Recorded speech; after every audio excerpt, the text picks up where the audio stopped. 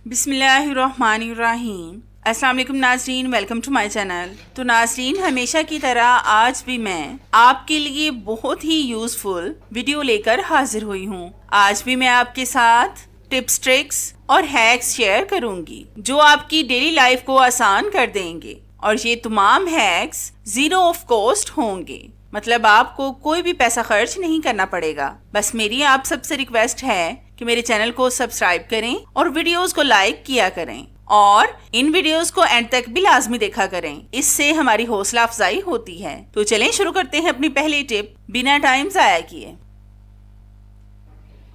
नाजरीन, ये टिप मेरी खास तौर पर उनके लिए है जिनके बच्चे स्कूल जाते हैं, क्योंकि अक्सर सुबह के वक्त उन्हीं को परेशानी होती है। आपने अक्सर देखा होगा कि जब हम सुबह के वक्त आलू बॉईल करते हैं तो गरम गरम आलूओं की छिलके उतारना और इनको मैश करना हमें बहुत ज्यादा मुश्किल लगता है। अगर हम इनको ठंडे पानी में भी डाल दें फिर भी ये अंदर से गर्म ही रहते हैं। ये मुश्किल उन खवातीन के लिए होती है जिनके बच्चे सुबह के वक्त स्कूल जाते हैं और उनको मॉर्निंग में आलू के पराठे बनाना होते हैं। आज की मेरी ये टिप देखने के बाद आपकी ये वाली प्रॉब्लम भी सॉल्व हो जाएगी। तो इसके लिए सबसे पहले मैं आपको बताऊंगी कि आपने किस तरह से आलूओं के छिलके उतारने हैं। तो इसके लिए आपने लेना है एक फोक, इसको आपने आलू पर लगाना है और फिर इस फोक को पकड़कर आलू से छिलके उतारते जाएं। इस तरह से आलू का छिलका उतारने से आपके हाथ बिल्कुल भी नहीं जलेंगे। इस तरीके से आप बहुत आसानी से आलूओं को छील सकेंगे,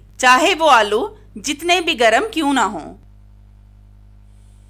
दूसरा तरीका है आलूओं को मैश करने का। जिनके पास मैशर हो उनके लिए तो कोई भी मुश्किल नहीं होती, लेकिन जो खवातीन हाथों से आलू को मैश करती हैं उनके लिए मुश्किल होती है, क्योंकि गर्म आलूओं को मैश करने से उनके हाथ भी जल सकते हैं। तो इसके लिए मेरी टिप को फॉलो करें। आलूओं को मैश करने के लिए आपने लेना है एक स्टील का ग्लास, इसके साथ आपने आलूओं को मैश करना है। इस तरह से बस दबाते जाएं, इससे ना तो आपका हाथ जलेगा और ना ही कोई प्रॉब्लम होगी। इस तरीके से अगर आपको सुबह का नाश्ता बनाने में देर भी हुई हो तो आप जल्दी जल्दी से सारे काम निपटा सकेंगे। ये ग्लास बिल्कुल मैशर की तरह ही काम कर रहा है, इससे आलू बहुत अच्छे मैश हो रहे हैं। तो है ना ये टिप भी बहुत जबरदस्त, जिससे आपको कितना ज्यादा फायदा होगा। आपको ये टिप कैसी लगी मुझे कमेंट्स में लाजमी बताएं। नाजरीन, आपने अक्सर देखा होगा कि बहुत सी खवातीन मोबाइल कवर के पीछे या तो पैसे रखती हैं या फिर कोई भी छोटी मोटी पिन्स, या फिर हम जिस पिन से मोबाइल वगैरह की डब्बी खोलते हैं, मतलब जिससे हम सिम को बाहर निकालते हैं, वो पिन भी हम अक्सर कवर के अंदर ही रख देते हैं, जिससे मोबाइल बहुत अजीब सा और मोटा सा लगना शुरू हो जाता है और हमें भी इससे उलझन सी होना शुरू हो जाती है। ये हमें भी अच्छा नहीं लगता। आज मैं आपको बहुत आसान और सस्ता सा हल बताऊंगी जिससे आपकी ये वाली प्रॉब्लम भी सॉल्व हो जाएगी। तो इसके लिए आपने लेना है वेप्स का कैप। इसको आपने ग्लूगन के साथ मोबाइल के कवर पर लगाना है। बस आप अच्छी तरह से इसको मोबाइल के कवर के साथ लगा दें। इसके भी आपको दो फायदे होंगे, वो मैं आपको आगे बताऊंगी। तो आप देख सकते हैं कि हमने मोबाइल के साथ इसको लगा लिया है। अब आप इसमें जो चीज मर्जी रखें, ये देखने में भी बहुत खूबसूरत लगेगा। अब मैं आपको बताती हूँ कि इसके दो फायदे क्या हैं। एक, आप इसमें अपनी बहुत सी छोटी छोटी सी चीजों को रख सकते हैं और ये देखने में भी खूबसूरत लग रहा है। दूसरा फायदा इसका ये है कि आप इसका कैप खोल कर रखें तो आप इसको मोबाइल स्टैंड के तौर पर भी इस्तेमाल कर सकते हैं। इस तरह से लगाएं और छोड़ दें। इससे आप जब भी कोई काम कर रहे होंगे ये ऐसे ही खड़ा हो जाएगा और फिर इससे आपकी स्टैंड वाली प्रॉब्लम भी सॉल्व हो जाएगी। तो है ना इससे आपके दो फायदे। ये भी हमने बेकार पड़ी हुई चीज को यूज में लाकर अपनी प्रॉब्लम को सॉल्व कर लिया है। आपको ये टिप मेरी कैसी लगी मुझे कमेंट्स में लाजमी बताएं। साबुन से हैंड वॉश करके साबुन को साबुनदानी में रखते हैं तो साबुन फिसल कर नीचे गिर जाता है। अगर बच्चों से गिर जाए तो वो साबुन को उठाकर भी साबुनदानी में नहीं रखते। आज मैं आपके साथ ऐसी जबरदस्त टिप शेयर करूंगी जो आपकी साबुनदानी से साबुन को गायब नहीं करेगी। तो इसके लिए हम लेंगे एक स्पंज जिससे हम बर्तनों को साफ करते हैं। अब आप सोच रहे होंगे कि हम स्पंज के साथ क्या करने वाले हैं। तो आपने स्पंज को कुछ भी नहीं करना। इस स्पंज को आपने साबुनदानी में रखना है, फिर इस स्पंज के ऊपर साबुन को रखना है। इस तरह से ना तो आपका साबुन जाया होगा और ना ही फिसलेगा। अब आप साबुन को जैसे मर्जी रखें, ये बिल्कुल भी फिसल कर नीचे नहीं गिरेगा।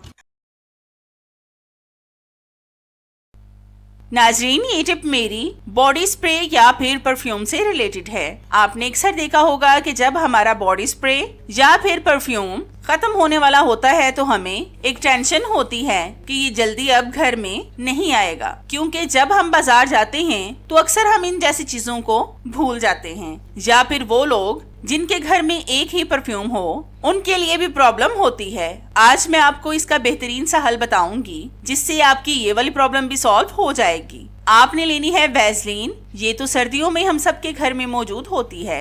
इस वैसलीन में हम बॉडी स्प्रे के 2 से 3 स्प्रे करेंगे और फिर इसको मिक्स करेंगे। आपने वैसलीन में बॉडी स्प्रे को अच्छी तरह से मिक्स करना है। जितनी भी बॉडी स्प्रे की खुशबू होगी वो वैसलीन में चली जाएगी। आपने अक्सर देखा होगा कि जब हम किसी फंक्शन वगैरह में जाते हैं तो हमारे परफ्यूम या फिर बॉडी स्प्रे की खुशबू बहुत जल्द खत्म हो जाती है। इस तरीके से अगर आप वैसलीन में परफ्यूम मिक्स करके अपनी कलाई या फिर नेक पर परफ्यूम लगाएंगे, इस तरीके से आपकी परफ्यूम की खुशबू बिल्कुल भी खत्म नहीं होगी। चाहे आप इसको आजमा कर भी देख लें। इससे अगर आपकी परफ्यूम खत्म भी हो जाए तो आपकी वैसलीन खत्म नहीं होगी। तो आप परफ्यूम की जगह पर वैसलीन का इस्तेमाल भी कर सकते हैं। तो है ना ये भी जबरदस्त सी टिप, जिससे एक तो आपको फायदा होगा और इसका रिजल्ट भी आपको 100% मिलेगा।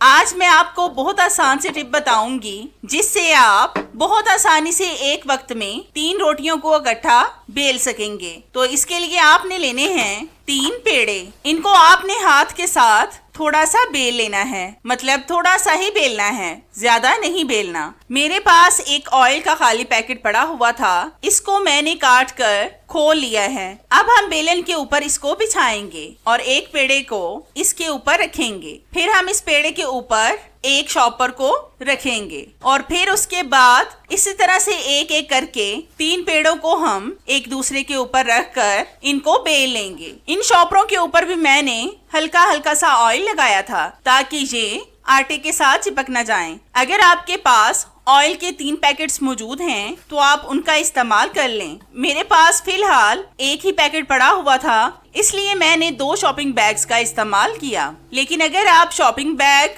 और ऑयल के पैकेट का इस्तेमाल नहीं करना चाहते तो बटर पेपर का इस्तेमाल कर लें, वो भी आटे के साथ नहीं चिपकेगा।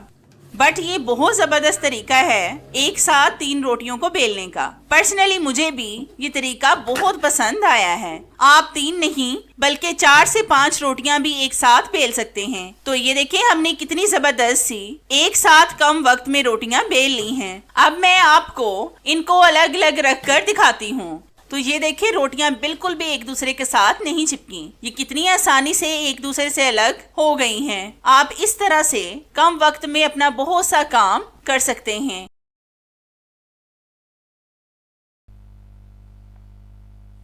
नाजरीन, ये टिप मेरी बहुत ही जबरदस्त और बेहतरीन है।